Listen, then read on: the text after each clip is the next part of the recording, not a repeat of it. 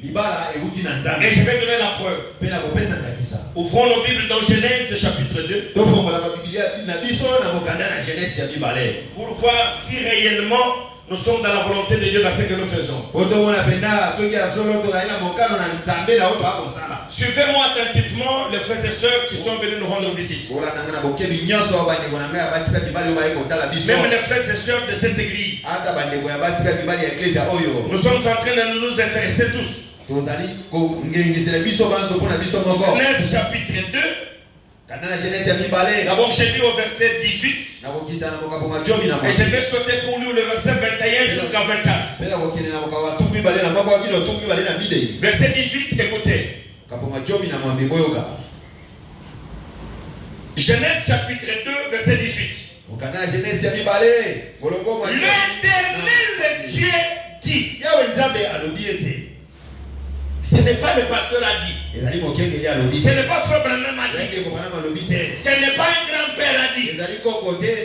Non, non, c'est l'Éternel Dieu qui dit. Il n'est pas bon que l'homme soit seul. Il n'est pas bon que j'ignore demeure seul. Cette pensée est venue de Dieu. Il n'est pas bon que l'homme soit seul. Je lui ferai une aide semblable à lui. Maintenant, spirituellement parlant, physiquement parlant, Edine a ses parents. Papa est là, maman est là. Non, maman soyez à côté de papa. Papa, mettez-vous devant ici avec maman. Même devant ici. Suivez-moi très bien. Dans le monde physique, Edine a ses parents. Dans le monde physique, j'ignore ses parents.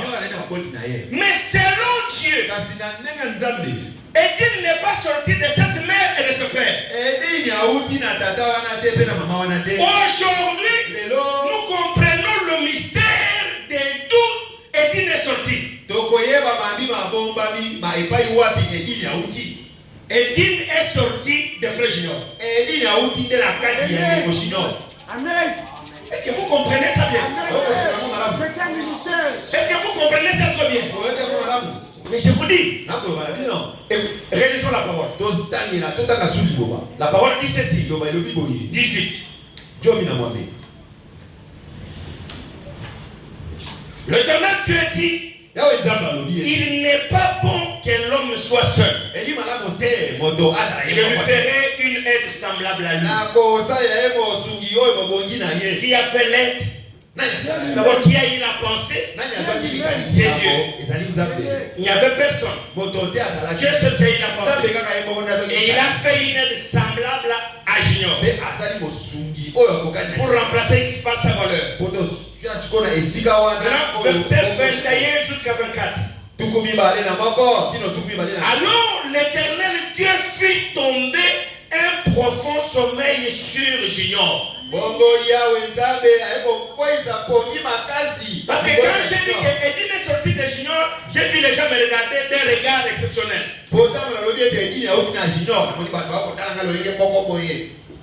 Alors l'Éternel Dieu fit tomber un profond sommeil sur l'homme qui s'endormit. Il prit une de ses côtes, l'une des côtes de Junior, et renfermera la chair à sa place. Alors il forma Edine. Dans le physique, le papa et la maman d'Edine sont là. Mais spirituellement, d'après Dieu, Edine est sorti de Junior. 22. Moi, je suis en train de prêcher la parole. 22. L'Éternel forma une femme de la côte qu'il avait prise de l'homme. Et l'amena vers l'homme. Et l'homme me dit, pourquoi j'ai dit le mystère là, papa n'était pas encore né, ils étaient dans l'éternité. Et l'homme me dit, voici cette fois ici, celle qui est os de mes os et chair de ma chair. Et on l'appellera femme, parce qu'elle a été prise de l'homme. Elle n'était pas prise de sa mère. Elle était prise de l'homme. Et qui l'a donné le nom de la femme? C'est l'homme. Et s'il y a les hommes ici, ils peuvent applaudir.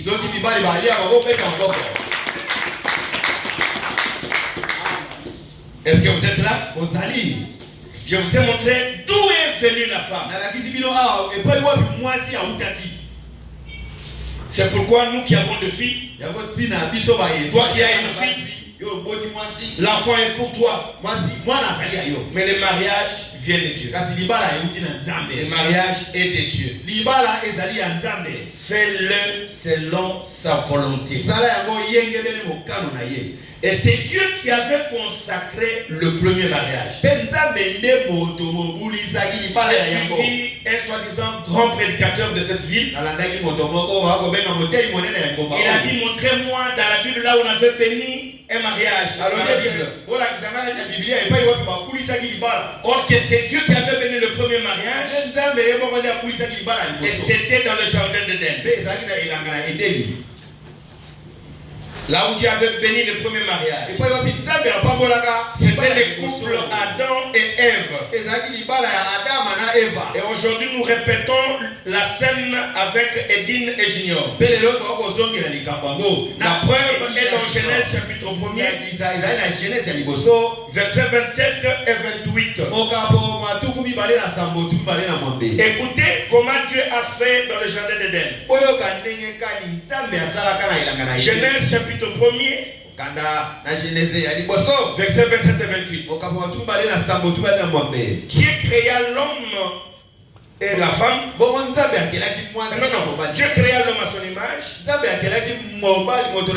Il les créa à l'image de Dieu. Il créa l'homme et la femme.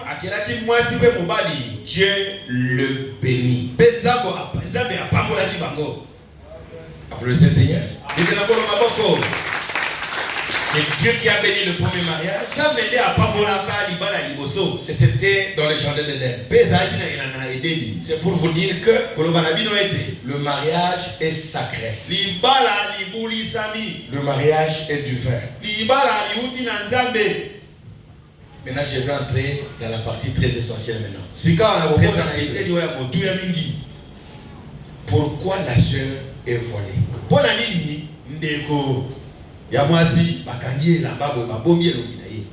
Pourquoi cette sœur est voilée? Nous voyons partout les sœurs voilées. Mais si cette sœur est voilée, ça va tirer de l'origine quelque part. Et si ce n'était pas dans la parole, nous les croyants du message, on n'allait pas pratiquer ça. Pourquoi vous avez vu cette sœur voilée? Qu'est-ce que signifie ce voile blanc? Les voiles, ça signifie quoi? Et pourquoi elle est voilée? Je vous donne l'information. Et retenez ça, écrivez ça sur la table de votre cœur. Et ça ne vient pas de ma pensée. Et ça va bouleverser d'autres personnes. Pourquoi la sœur Edine est voilée comme ça? Elle est voilée parce que c'est la parole de Dieu. Et pourquoi nous le faisons? C'est parce que c'est tiré de la parole de Dieu, de la Bible. Et dans la Bible, la première fille qui avait porté ses voiles dans la Bible, elle était une vierge.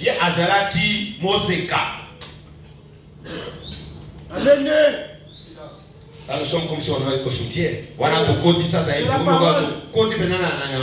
La première fille dans la Bible qui était voilée, elle était vierge. La parole. Amen. Amen. C'est-à-dire, si nous copions le voile, c'est-à-dire celui qui doit porter le voile doit être vierge comme la première femme.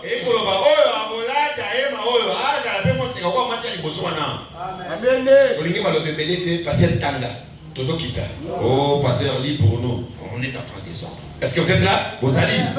Je témoigne pour dire que nous, nos soeurs portent ce voile. Et Dina portait ce voile. Ça vient de l'origine dans la Bible. Et la première fille, et l'unique qui était voilée dans la Bible, elle était vierge. Moi, je conclus que le voile, c'est un signe de la virginité. Lisons la parole.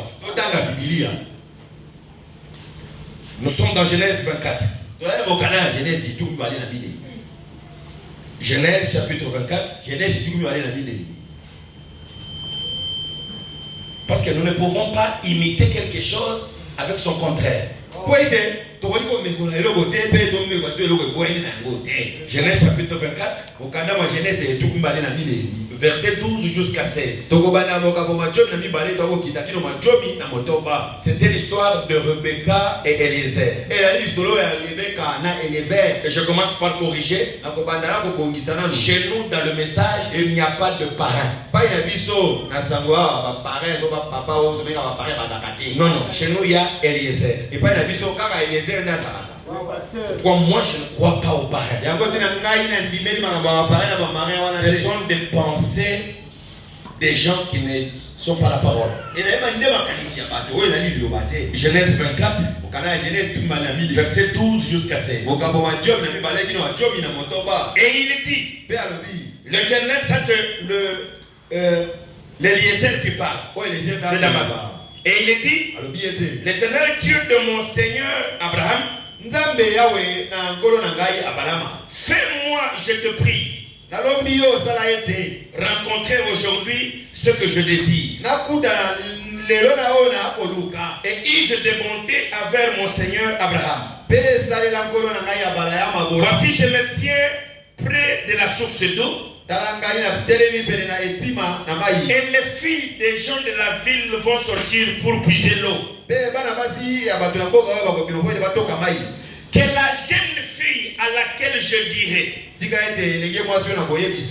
le vœu d'Eliezer, penche ta cruche, je te prie pour que je boive. Et qui répondra, et je donnerai aussi à boire à tes chameaux, soit celle que tu as destinée à ton serviteur Isaac.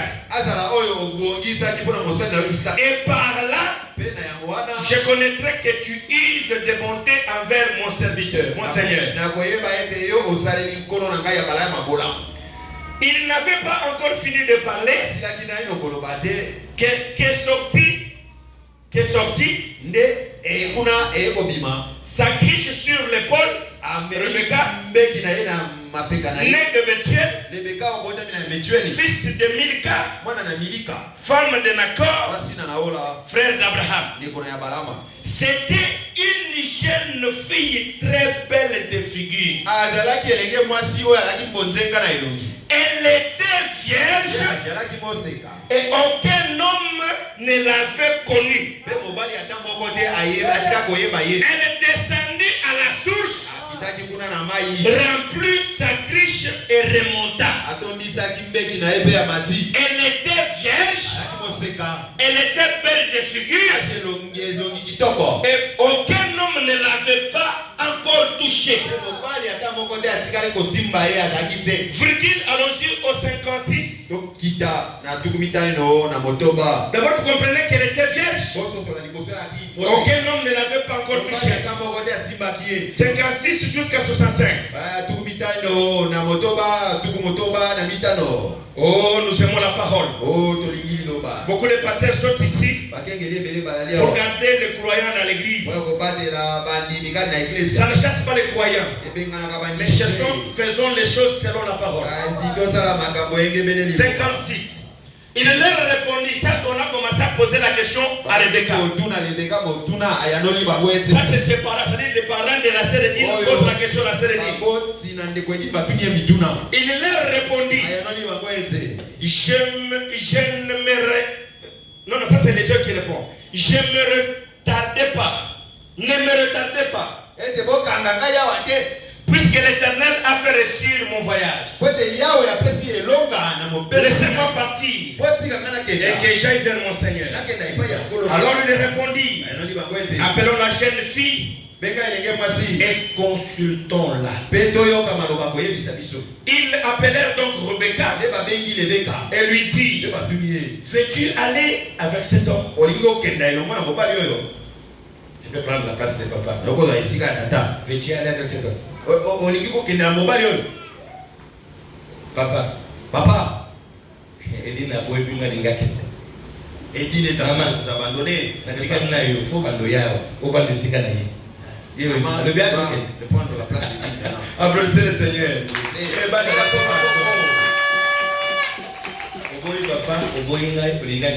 Tu ne nous aimes plus. Tu veux seulement partir avec Junior? Hein?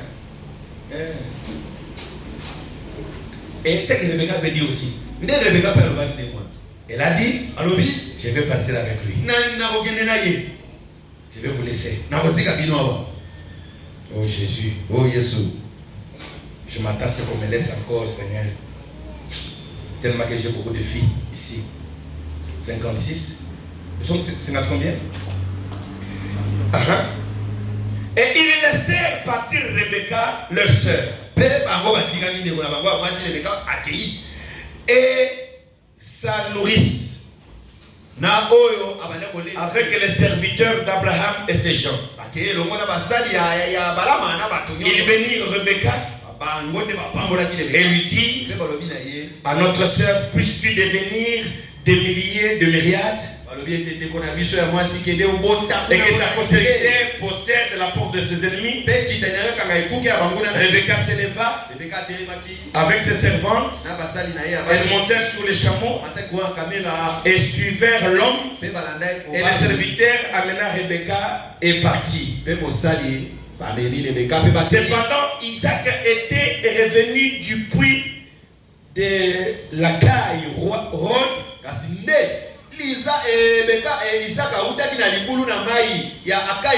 Et il habitait dans le pays du Midi. Un soir, Isaac était sorti pour méditer dans le champ. Isaac leva les yeux et regarda, et voici des chameaux arrivés.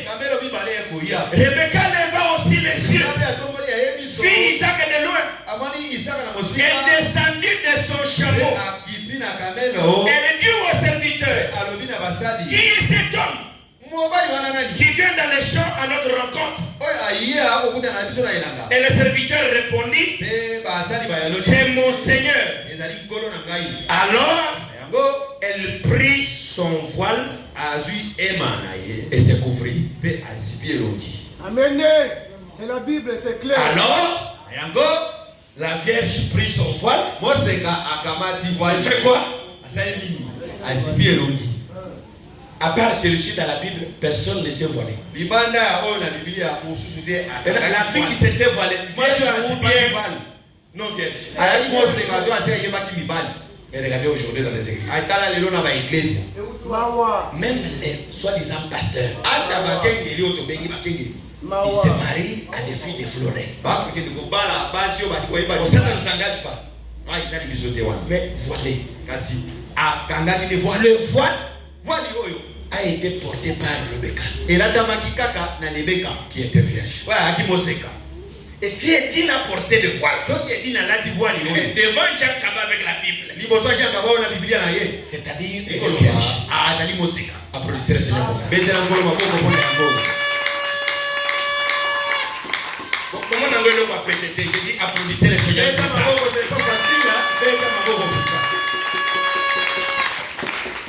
Parce qu'aujourd'hui, si une fille peut se repentir pour autant d'hommes qu'elle a déjà connu, elle va dire, j'ai même déjà oublié le nombre. Mais celle-ci s'est gardée.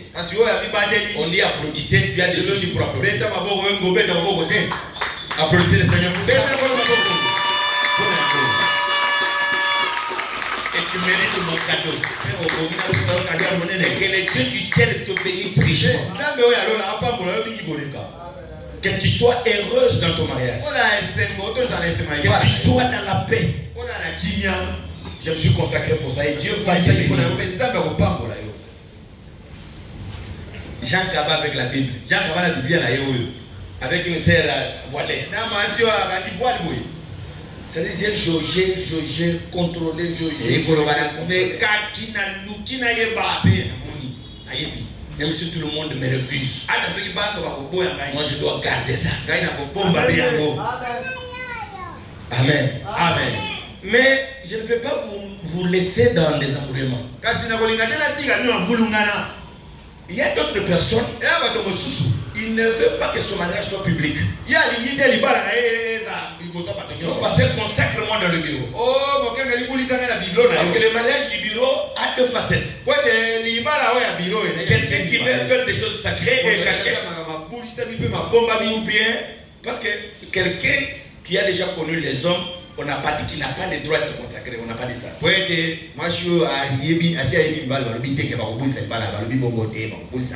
On va consacrer. Mais il ne peut pas porter le voile. Pourquoi? Parce que notre modèle c'est Rebecca. La première fille qui était voilée c'est Rebecca. Elle était vierge. Amen. Amen. Oh, oh. Amen. Amen. Et celui qui était allé chercher Rebecca, c'était Eliezer. Et aujourd'hui, le véritable Eliezer, c'est le Saint-Esprit. Il faut prier. Prier pour que le Saint-Esprit te donne ta femme. C'est pourquoi chez nous il n'y a pas de parrain. Là chez les dénominationnaires, allez-y le faire, mais pas ici. Et le vrai mariage, c'est un choix des deux conjoints. Avec Dieu comme témoin. Je reprends. Je commence à toucher les points sensibles. Le vrai mariage, c'est le choix des deux conjoints. Le garçon qui a vu la fille, la fille qui a vu le garçon, et Dieu qui était témoin. Et on a mis les rapports chez les parents. Et on a mis les rapports chez les parents. Amen. Amen. C'est pourquoi on avait vu l'histoire de Rebecca. Vous avez vu que c'est lui qui est allé rencontrer Eliezer et qui a amené Eliezer à la maison. Et les parents lui ont même posé des questions. Elle a même répondu, je vais aller avec lui. Et si nous pouvons encore voir un passage biblique, nous sommes dans Ephésiens chapitre 5 verset 31. Le mariage est sacré. Je profite de cette occasion pour vous prêcher et bénir sincèrement mes enfants. C'est pourquoi l'homme quittera son père et sa mère. Je pose la question à l'église, à l'auditoire. La Bible dit, c'est pourquoi l'homme quittera son père et sa mère. Junior va quitter son père et sa mère. s'attacher à sa femme. Mais l'écriture est claire. Si c'était obligatoire que Junior reste attaché à sa mère et à son père, il n'aura pas la place de la femme. Nous parlons de mariage chrétien. La Bible dit Junior va quitter ses parents. Ce qu'il a fait aujourd'hui, son père et sa mère, il doit s'attacher à Edine. Et les deux deviendront une seule chair. Dites amen, non? Amen. Si c'est la vérité, dites amen. Junior a déjà quitté. Il a laissé papa et maman et ses frères. Il s'est attaché à Edine. Laissez Junior faire ses affaires avec Edine. Vous êtes important. Mais Edine est très important. Je dis la vérité. Amen. Edine a laissé son père et sa mère pour s'attacher à Junior. Les parents et la famille d'Edine, laissez Edine faire ses affaires avec son mari. Vous êtes important, mais Junior est plus important pour elle. Je sais ce que je dis, ça a des répercussions et ça dérange les couples aujourd'hui. Moi je suis loin de Dieu, je dis la vérité. Ici nous parlons de mariage chrétien. C'est pourquoi je dis que ça sera dur. Mais je dois le dire. Le mariage chrétien ne regarde pas aux tribus. Applaudissez le Seigneur si vous êtes là. Je reprends. Un mariage chrétien ne regarde pas aux tribus.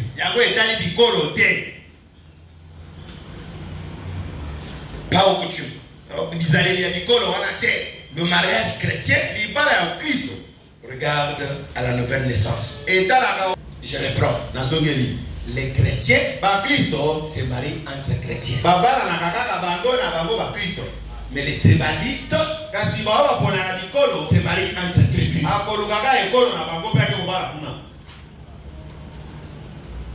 Je ne sais pas si je corrige quelque chose. Je ne sais pas si j'introduis une vérité dans le cœur des gens.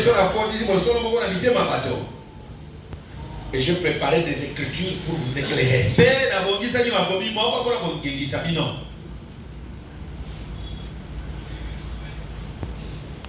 C'est pourquoi un chrétien dans son mariage pratiquera la parole de Dieu. Il ne pratiquera pas ses coutumes. Ma petite soeur est là. Un jour ils ont eu un petit problème avec son mari.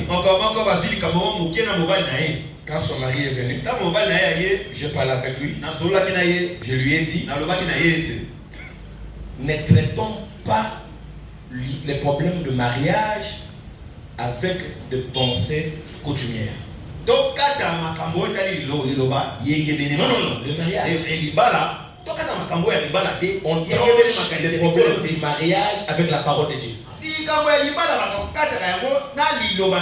quand il m'a compris, c'était bien passé. Le mariage chrétien pratique la parole de Dieu. Et il doit faire la volonté de Dieu. C'est pourquoi la Bible dit dans 1 Corinthiens chapitre 11 verset 11. Oh, j'avais voulu que mon épouse soit là. Mais Azana va aller. Mais mon ioté. 11. 1 Corinthiens chapitre 11 verset 11. Pour vous éclairer de la parole. Toutefois, dans le Seigneur, toutefois où? Toutefois, dans le Seigneur, la femme n'est point sans l'homme. mwasi oyo azangi mobali kuna ni l'homme sans la femme. to mobali azangi mwasi azangi. Nous c'est dans le Seigneur. Biso ezali wapi kati. Nous nous marions dans le Seigneur. Tobala na kati na nkolo. Nous sommes des chrétiens. Bio ali ba Kristo. Et nos mariages sont traités avec la parole. 1 Corinthiens chapitre 7 verset 39. Pour vous éclairer toujours. 39. Aujourd'hui c'est un jour pour honorer le mari. Une femme est liée aussi longtemps que son mari est vivant.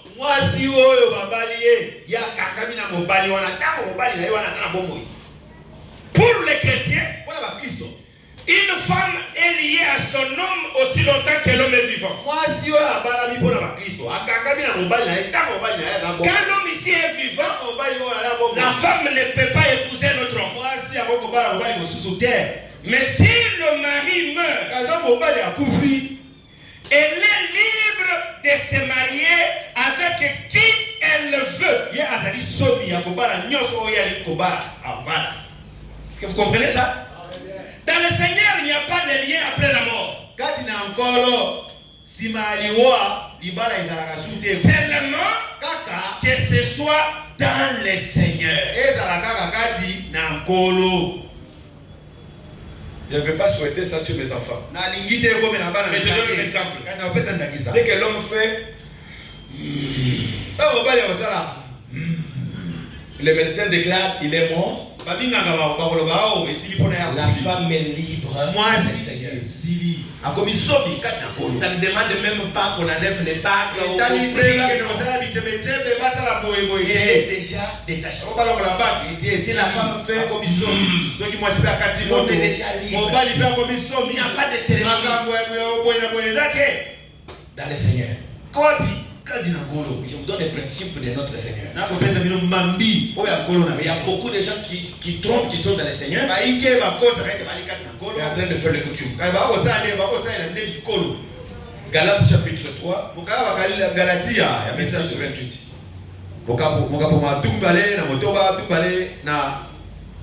Je ne gaspille pas votre temps. Mais je suis en train d'aider les jeunes gens que j'ai ici et les autres qui sont venus nous aider. Et je suis en train de prêcher mes enfants parce qu'ils seront loin de moi. Qu'ils sachent quelle est la volonté de Dieu. 1 Galates chapitre 3. Qui a déjà eu Galates? Galates chapitre 3. Verset 26 et 28.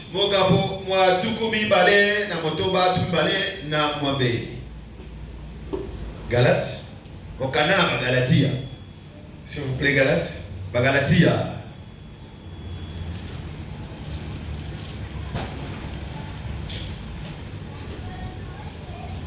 Merci. Je suis déjà là. Galates chapitre 3, 26, verset 28. 26, verset 28. Car vous êtes tous fils de Dieu par la foi en Jésus-Christ. Vous tous qui avez été baptisés en Christ, vous avez revêtu Christ. Il n'y a plus ni juif ni grec. Je me limite par là. Dans le Seigneur, il n'y a pas un juif ni grec. Mukongo azate. Il n'y a pas de Mokongo. Moluba azate. Il n'y a pas de Moluba là-bas. Swahili azate. Swahili, il n'y en a pas. Mungala azate. Ongai Mungala azalite. Si toi tu es Mungala dans la parole. Sokio dans la parole. Quand na liloba Moloba. Donc Swahili dans la parole. Swahili de na liloba. Ta place n'est pas dans le Seigneur. Esika ena yo quand na ngolo. Allez devenir un chef coutumier chez vous. Kendo la bogonya mboga muna epa na bino kumu. Allez manger les chefs. Kendo ya bataba na yo kuna. Et les poissons. Na ba mbisi na yo ba kumemila yo. 1 Corinthiens 11, 3. Mokanda abakoliti ya liboso ya jomi na moko pe ya misato. Jésus avait chez eux. Oh, Jésus père la école na bango. Le dernier verset que tu connais, chapitre. 1 Corinthiens 11, 3. Jésus n'était ni juif ni gentil. Il était Dieu incarné. 1 Corinthiens 11, 3. Pourquoi le pasteur nous garde comme ça? J'aimerais que la vérité vous pénètre. Je veux cependant que vous sachiez que Christ est le chef de tout homme. Nous sommes dans le Seigneur. Dans le Seigneur, je veux cependant que vous sachiez que Christ est le chef de tout homme. Que l'homme est le chef de la femme. Dans le Seigneur, c'est l'homme qui est le chef de la femme. Pourquoi je dis ça? Il y a de mariage. Maman Bokilonda a commis chef Yalibota. La maman Bokilo, elle vient mère chef là-bas. Soit du côté de papa, soit du côté de maman. C'est la grande soeur qui a des moyens, qui commence à contrôler la famille. Ça, ça ne se trouve pas dans le Seigneur. Ça, c'est dans vos coutumes. Mais dans le Seigneur, c'est l'homme qui est le chef de la femme.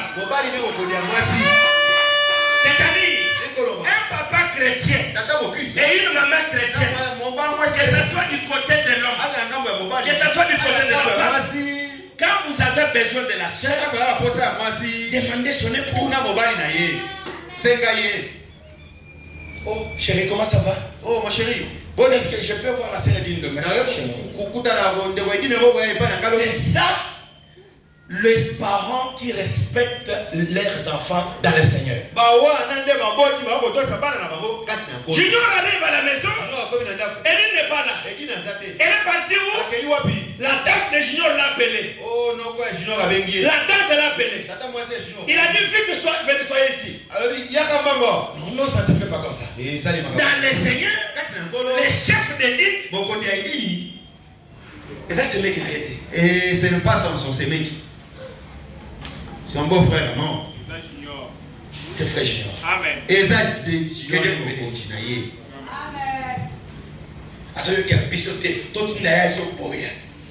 Et c'est qui? On voit même, elle ne le respecte plus. Depuis qu'elle est dit que son mariage là.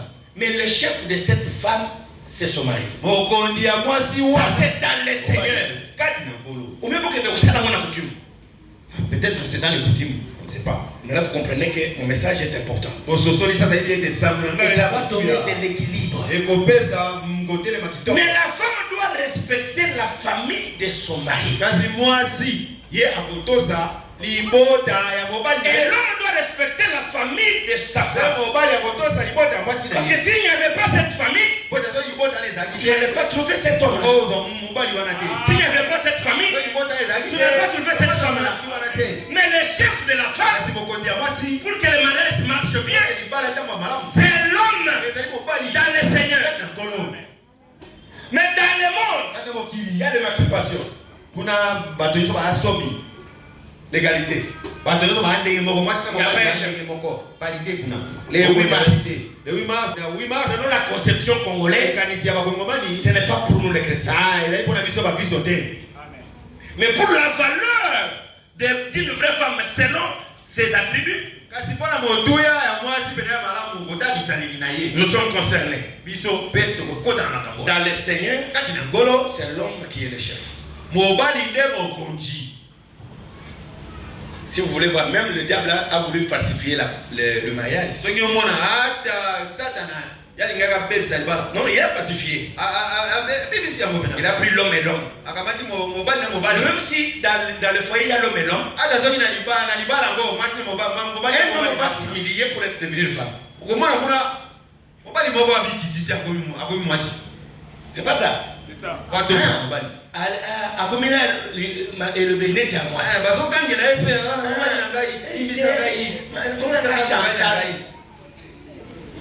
Vous voyez qu'il a seulement, malgré ils ont cherché à falsifier, mais il a seulement pris l'attitude d'une femme.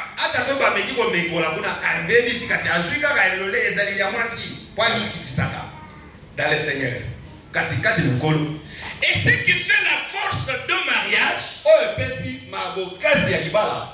c'est un vrai amour. On va applaudir.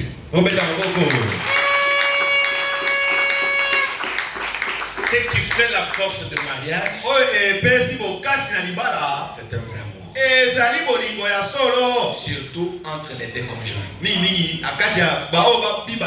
Si nos enfants s'aiment, ne s'aimez pas la division. Ne s'aimez pas la haine.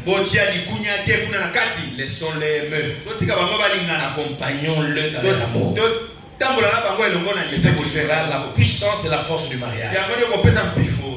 C'est-à-dire nous allons unir les corps et les cœurs. Et l'amour c'est Dieu. 1 Jean chapitre 4 verset 16. Dieu est amour. 1 Corinthiens chapitre 13 verset 4 jusqu'à 7. Laissez-moi lire un peu. Verset 4 jusqu'à 7. L'amour est patient. Amen. L'amour est patient. C'est-à-dire, l'amour est patient. Quand je méditais ça la nuit, j'ai même prié pour vous. J'ai toujours dit à Dieu que les mariages que je bénis et mes enfants soient un mariage béni.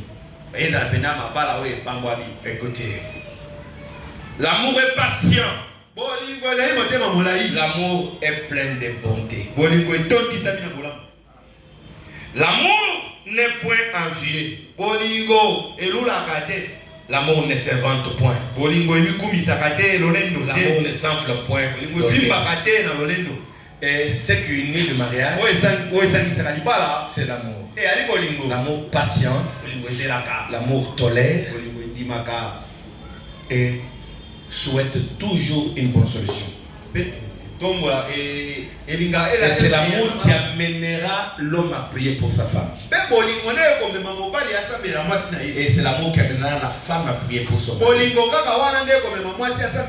Et c'est l'amour qui amènera le parent de prier pour leurs enfants. Et c'est l'amour qui fera que la sœur va gêner à l'église pour son mari.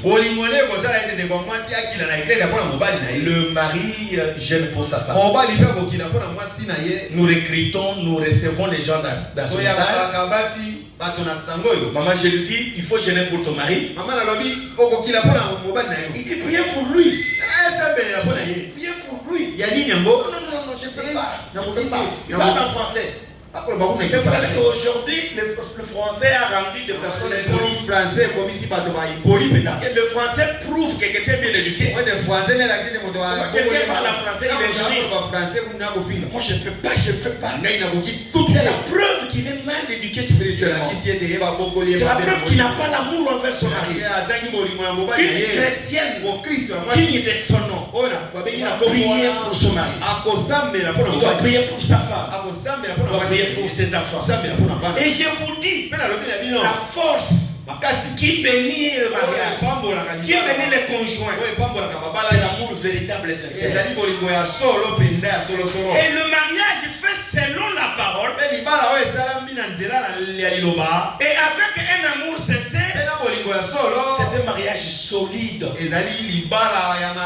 C'est un mariage béni, bâti sur les rocs solides. Christ la parole. Je vous dis, le premier mariage, Dieu l'avait béni. Dieu ne souhaite pas le malheur à ses enfants. Et Dieu nous bénit tous. Si nous faisons les choses selon sa parole, ça sera un mariage fort. Ça sera un mariage béni. Un mariage qui ne ballotte pas. Qui n'est pas sur un sable mouvant. Pas comme aujourd'hui. Ils sont unis après une année. Après 2 ans, ils sont dissous. Ils seront. Je rentre chez vous. C'est quoi ça même? Une année. 2 ans. Non. Le mariage ne c'est pas un marché. Tu pars pour retourner. On part pour toujours. Et la Bible dit, une femme sage bâtit la maison de son père. Une femme sage bâtit la maison de son père. Kuna bazo tonga ndako koto mobala zokele. Là c'est une femme bête et imbécile. Une femme sage bâtit sa maison. Bâtit ta maison. Tonga ndako na bâtit ta maison. Tonga ndako na yo ndeko mwasi. Bâtit ta maison. Ndeko mwasi tonga ndako na yo. Une femme sage mwasi abonya bâtit sa maison. Tonga ndako na ye. Et si vous voulez que votre frère soit fort, accompagnez-leur à bâtir leur maison. Si vous voulez que votre soeur soit forte, aidez-leur. Et dans un vrai mariage, ce n'est pas les soeurs qui tranchent les problèmes de votre mariage. Dans les couples, il y a les secrets. Ils vont rester et demeurer entre vous deux. Si ça ne trouve pas de solution, vous priez. On ne les partage pas avec les amis. Les amis, nous voyons leur visage. Nous voyons leur visage, mais nous ne connaissons pas leur cœur. Même la Bible l'a dit, les premiers ennemis de l'homme, c'est les membres de sa famille. Et même dans nos propres familles, nous avons nos ennemis. Si tu doutes, les gens qui avaient vendu Joseph, ce sont ses propres frères. Et pour aujourd'hui, que Dieu vous bénisse.